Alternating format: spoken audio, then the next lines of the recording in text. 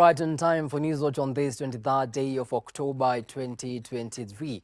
A very good evening to you and welcome to the broadcast. My name is Kimani and my co-presenter on the sign language interpretation tonight is Boniface Morethi.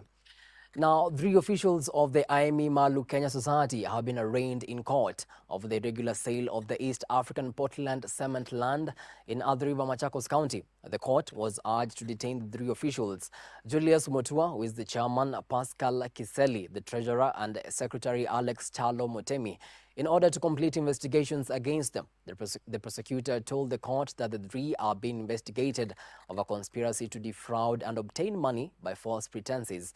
The court was also told that there was a charge sheet that was signed by the 3 on Sunday night and wondered what happened to the charge sheet. The court is set to issue its ruling on Wednesday afternoon as the 3 remain remanded at Muthaiga Police Station. And is valued about 14,117 million Kenya shillings. Your Honor, the said application is supported by the affidavit of one Detective Corporal Nicholas Osuri Otieno, which is annexed to the application, Your Honor. And we have also annexed all the required annexes in regards to the reporting and the preliminary investigations which have been carried out.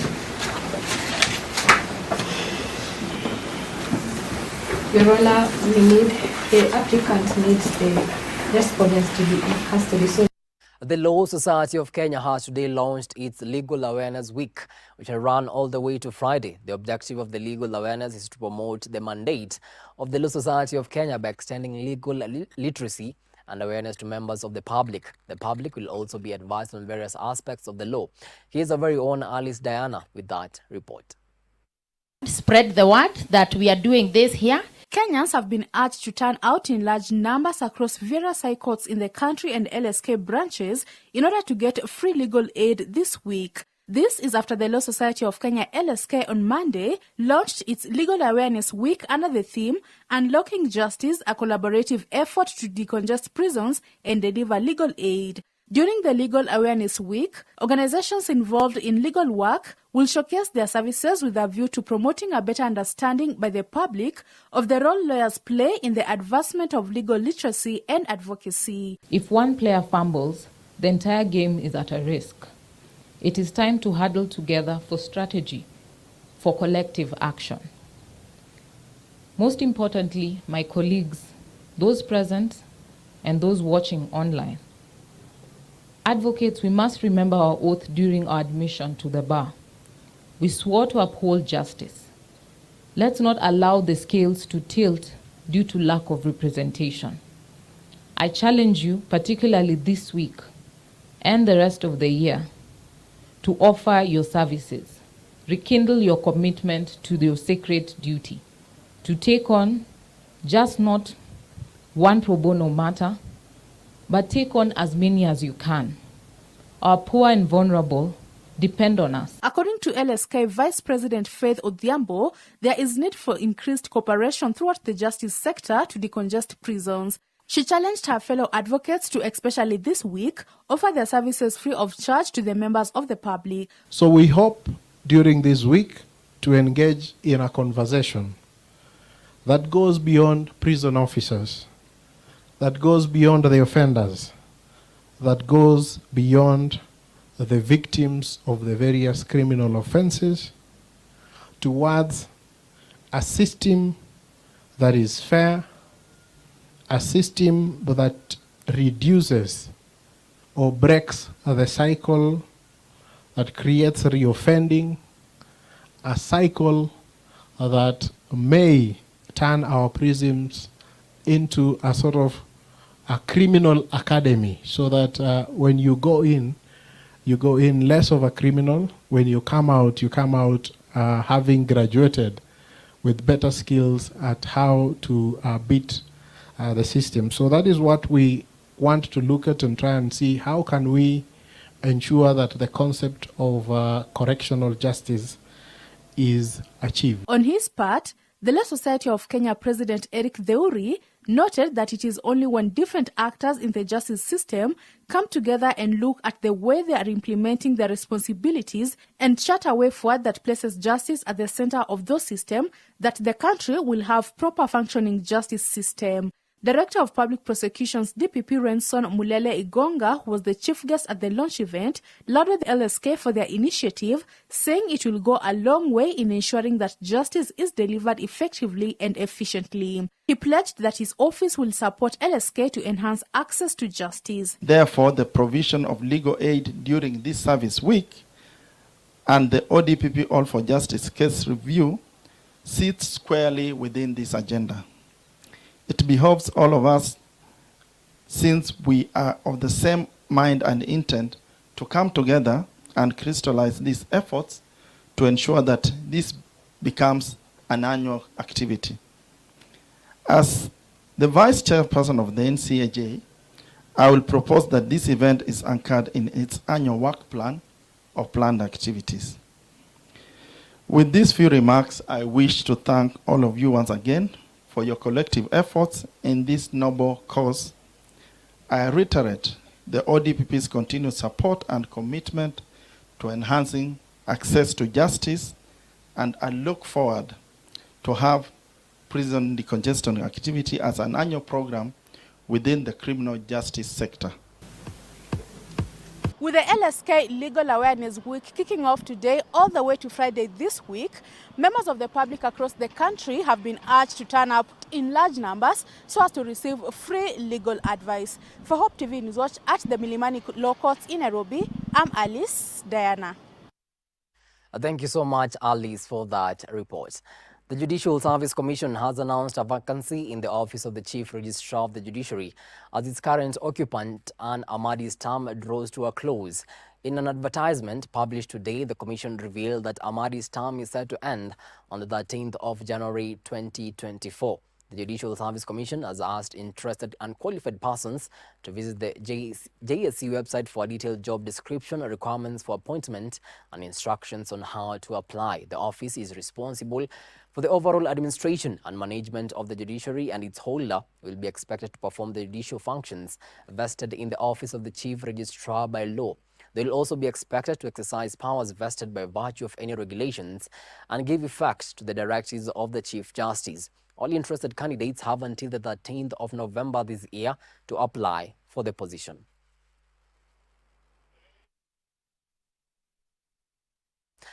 Now, Brian Mwenda, who is charged with faking to be a lawyer, has been released on a 200,000 shillings cash bail and granted the bail. Milimani Chief Magistrate Lucas Onyina ruled that the prosecution had not provided compelling reasons to deny the accused bail. Mwenda was last week arraigned and charged with 6 counts of uttering a false document, making a false document, as well as a practicing certificate, while he pleaded not guilty to all the charges. The prosecution had asked the court to deny Mwenda bail, arguing that if released, he will not attend court proceedings. However, through his lawyers John Haminwa and Dunstan Omari, Mwenda termed the allegations that he might abscond court proceedings as false, arguing that he has no reason to get out of the country.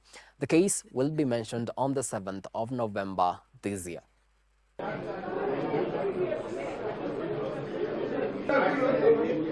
Seriousness of offense as a factor is considered to be a compelling reason when considered alongside other considerations.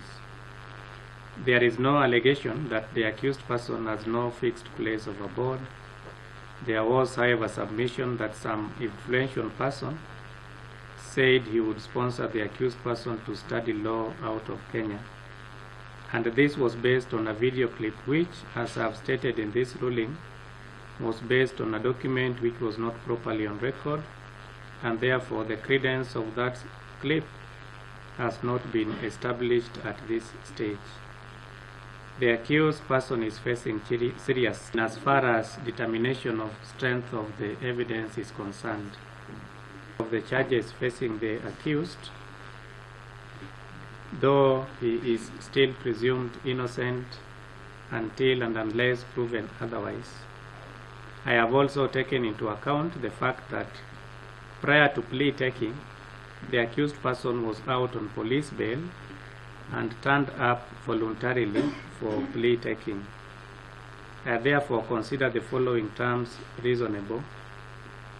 The accused person is granted bond of Kenya shillings 300,000 with one surety of the same amount, with an alternative cash bail of Kenya shillings 200,000 with one contact person. Orders accordingly. And the defense to be supplied with copies of witness statements and documentary exhibit. Yes. Okay. Away from that, and President William Ruto has today held a series of meetings with members of the diplomatic corps. The president met the British High Commissioner to Kenya, Neil Wigan, ahead of King Charles III and Queen Camilla's state visit next week, where President William Ruto is expected to hold bilateral talks with the king. The president also met the Japanese ambassador to Kenya, Ken Okaniwa, who delivered a message from Prime Minister Fumio Kishida. Later, the head of state held talks with Austrian Federal Minister for Labor and Economy, Dr. Martin Kocher, who was accompanied by the Austrian business community. The president also met Her Majesty Queen Maxima of the Kingdom of the Netherlands, who is also the United Nations Secretary General Special Advocate for Inclusive Finance for Development.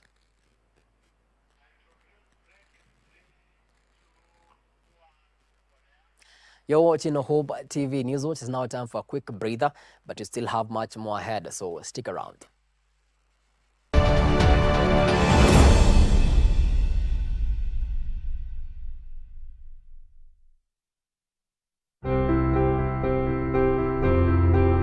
The Asian community in Kenya has been nationally recognized as the 44th tribe of the people of this great nation. For me, God is real in Christianity. I talk to Him, He talks to me. I fail, He forgives me. When I first read the first book of Genesis, it gave me an orderly sense of accounts of creation. Day 1 is what He does. Day 2, He creates this. Day 3.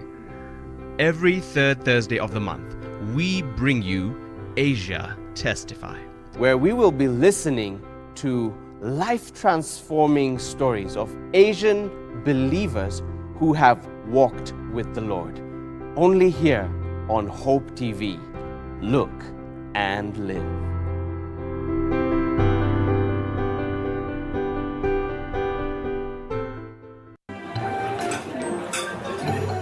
I've actually been trying to find a balance. It's been really tough and hectic, but everyone says once you get a hang of it, it becomes better, and I don't know, but I'm hoping to find a balance soon because it's really been hectic. But you've been in the job industry for a long time, so I think you would know better. Sindio? Huh? What time is it? I need to catch up on Leadership Forum. Do they have a radio here? Never mind. I brought my own. No way. You can't be serious. Wait, why do you have a radio and you can just catch up with the shows on Hope FM podcast? Really? Even Meet of the One? Yeah. I mean, you can find them on whatever platform, name it. AfriPods, Google Podcasts, Apple Podcasts, Spotify, you name it. But I'm not subscribed on any of them. So no worries. You can just check out the latest episodes on hopemediakenya.org. You can now listen to select Hope FM programs on your favorite podcast streaming platform or directly on our website, www.hopemediakenya.org. Listen and live.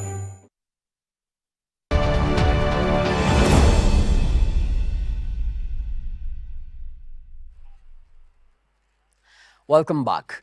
Meru County has begun a public participation exercise on the impeachment of embattled Governor Kawira Mwangaza.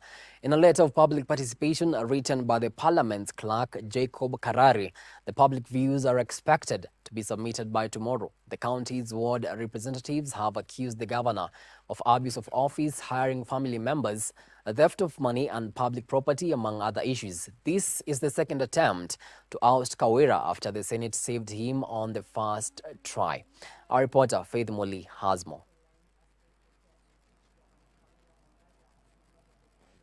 their views on the process. The public participation forums will be held in 9 sub-counties to allow residents to give their views. MCAs are widely expected to debate the impeachment motion on Wednesday, but it's a foregone conclusion they want her out based on their actions. At least 12 Meru MPs alongside Senator Kathuri Murungi and Revered Njuri Njeke Council of Elders, the MCAs are confident they will succeed in their mission this time. Though the MCA's impeachment of Mwangaza was overturned by the Senate a few months ago, the sour relationship between her and the ward reps was on the mend until new differences emerged. If the governor is impeached, the Speaker of the County Assembly will have 48 hours to write to the Speaker of the Senate an impeachment report.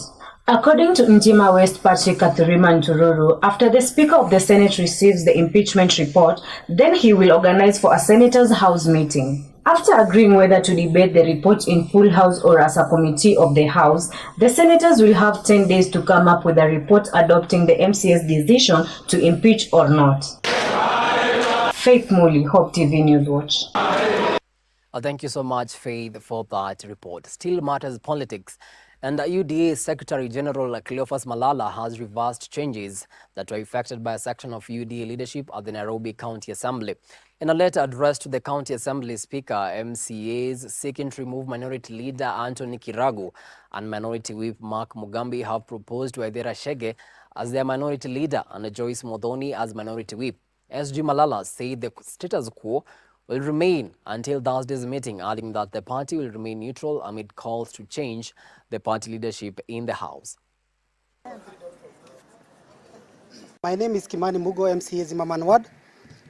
This is UDA MCAs, both elected and special elects from Kenya Kwanza. And we want to address the issue that has been affecting this assembly. Last week, we wrote a letter to the party and we requested that we, as the members of county assemblies, be given a chance to change the leadership. Out of the 52 members, 35 appended their signature, and today we are glad to say that our party, which is a democratic party, responded positively. And we've been issued with a new letter with the new leadership, which is going to now to lead the assembly. Yes. Part of the issues that we raised, and there were genuine concerns, we raised them and we had a press briefing on that day. It was integrity, because the current leadership that was in place, we were not happy with the way things were run here at the assembly. Yes. Number two, it was the welfare of the members. And we felt that this leadership was not representing the welfare of the members. Number three, it was that the party agenda was not felt in this assembly. And we felt that it was the right time that we needed the change that we have much desired, because we want to feel that the agenda of this party has been felt in this assembly. Well, you must understand and appreciate that this is not a party matter per se. It is a county assembly matter. So county assemblies operate autonomously first, and we operate within their standing orders. To matters education now, and universities in the country have been urged to speed up upgrading CBC curriculum and retooling its lecturers on the new structure of education, going by the fact that the last class of the 844 system in primary schools is about to exit, and the primary schools will be entirely CBC oriented. According to Dr. Anne Kagunda, a senior lecturer at Moi University Eldoret, the government should invest in equipping high school teachers to that level, as it requires more practical than just academic learning. And now that the children will be home for 2 months during the long holidays, Dr. Anne Kagunda has called on parents to give practical assignments to their children and manual work that will keep them busy and free them from unnecessary engagements such like drug abuse and alcoholism.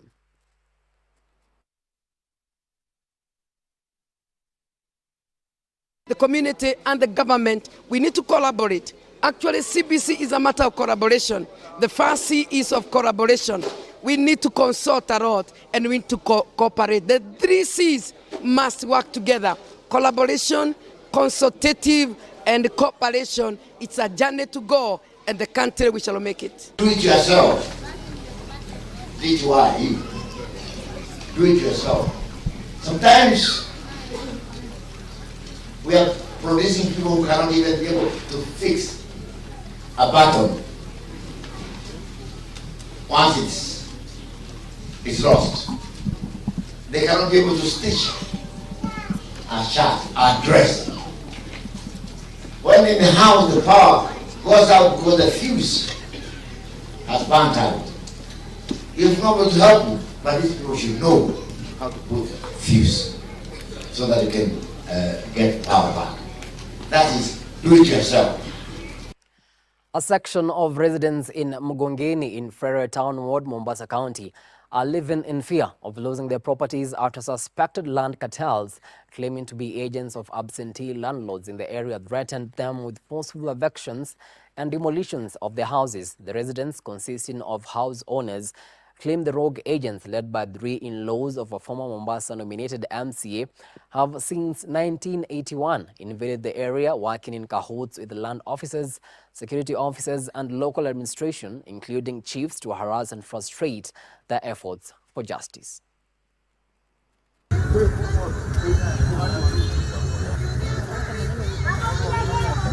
Akaniambia nimpe rent, amepandisha from 32,500 to 100,000. Nikamwambia me I'm unable to pay that amount. Ndio akanipatia that Saturday, which was on 4th, 5th and 6th on Monday, akaniambia I should not enter the compound. If I come within, nitakuta security, and that is what happened.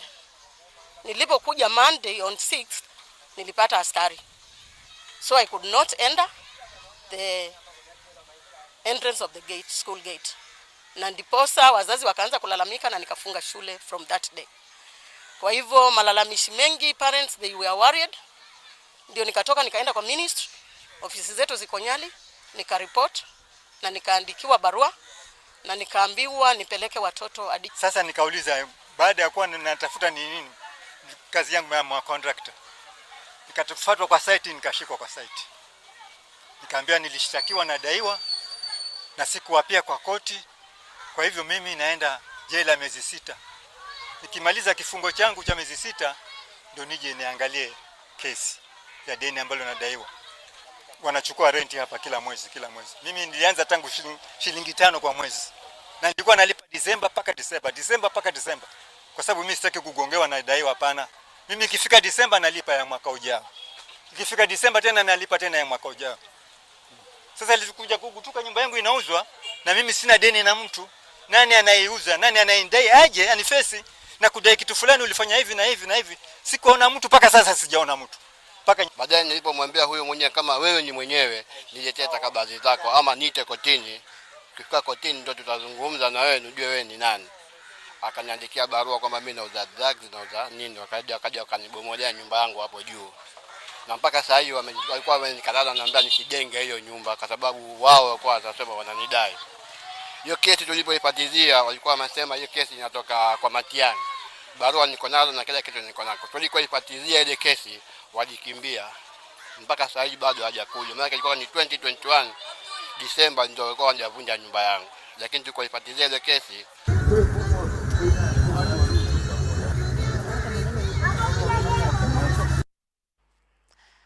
Crossing borders now, and health authorities in Gaza have said that over 5,000 people have lost their lives and more than 15,000 injured since the start of the war between Palestinian militant group Hamas and Israel on the 7th of October. It is over 2 weeks since the Palestinian militant group Hamas launched its assault on Israel, killing at least 1,400 people and taking over 200 hostage. Meanwhile, the European Union's top diplomat Joseph Borrell has called for a pause in the ongoing conflict between Israel and Palestinian militant group Hamas to allow the delivery of humanitarian aid into the Gaza Strip.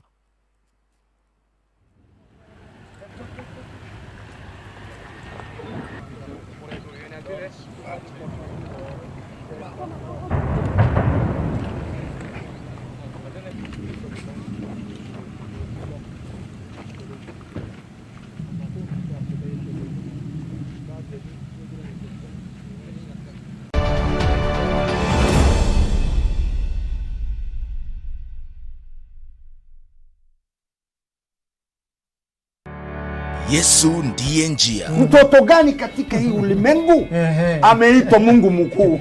Nasema akasema udhu billahi. Hata leo usisema udhu billahi, tafadhali usikize. Yesu ndiye njia. Uchambuzi wa masuala tata katika Biblia na vitabu vingine vya kidini. Now we don't believe that Christ was crucified. Christ was taken right to heaven by 4 angels, 4 archangels. Kama Muhammad ndiye alikuwa wa kwanza kuleta dini ya Kiislamu na alikuja after Jesus, sasa inawezekanaje Ibrahimu awe Muislamu, Musa awe Muislamu? Yesu ndiye njia. Jadala wa moja kwa moja kati ya walimu wa Kikristo na dini zingine. Wanasema Mwenyezi Mungu ana mtoto. Jambo hilo wanasema limeleta jambo ambalo linachukiza. Siri ya Mungu ambaye Mungu amejidhihirisha katika mili. Hii yote ni ukafiri. Mmefanya makosa makubwa sana kusema kwamba Isa ibn Maryam ni Mungu wa pili na Allah ambaye ameumba mbingu na ardhi mkasema ni Mungu wa tatu. Yesu ndiye njia. Jumamosi kuanzia saa 1:30 jioni kwenye runinga uipendayo ya Hope TV. Hope TV is where you look and live, with an excellent selection of the best Christian programming consisting of local and international content, of inspirational stories, talk shows, Bible commentary, youth, health shows, children entertainment, contemporary gospel music, extended times of worship, live broadcast, news, movies, drama, Christian ministry programs, and so much more. Hope TV is another quality service from Christ is the Answer Ministries, with over 45% of authentic and credible local content every week. Hope TV is a sister station to Hope FM, Kenya's leading Christian radio station, with footprints across the country. Tune in to Hope TV, where you look and live.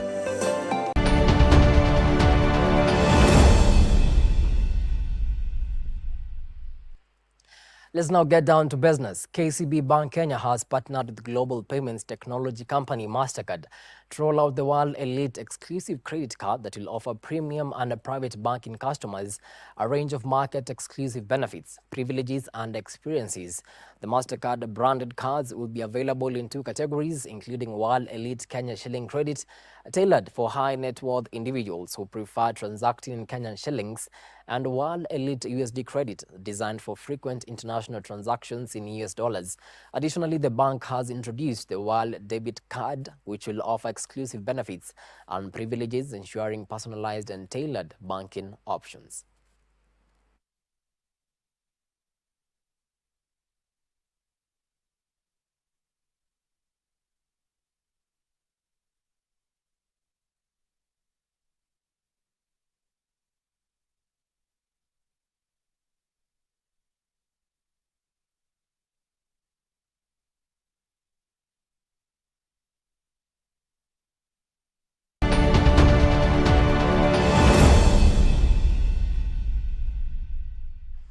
And to some sporting action now, Mercedes driver Lewis Hamilton and Ferrari's Charles Leclerc have both been disqualified at the 2023 United States Grand Prix after they failed post-race checks.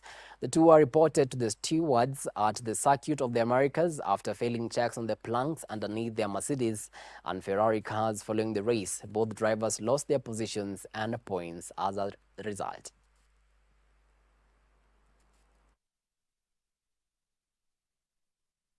The 2023 Rugby World Cup in France will come to a dramatic climax when defending champions South Africa take on New Zealand in the final at the Stade de France St. Denis on Saturday.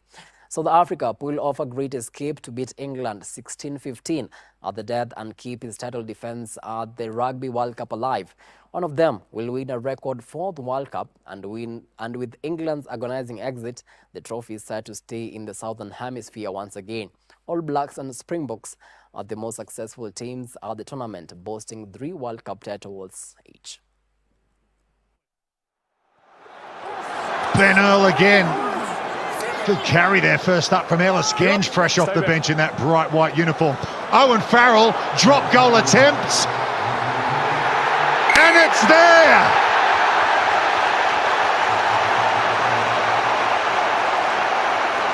Well, the drop goal is well and truly back in World Cup rugby. Approaching the final 10 minutes, the Springboks need a score. Snyman wins it at the front. Here comes Dion Ferree. Arceus Neyman scores for South Africa. The final will be one to watch. I don't know which team you'll be supporting, but I will definitely support the Springboks. Anyway, with that, we come to the end of our news tonight. Many thanks to you for watching Hope TV Newswatch. We really do appreciate the value of your time. On behalf of the whole team that made this broadcast a success, have yourselves a blessed night. My name is Kimani, and my co-presenter on the sign language interpretation has been Boniface Moredi.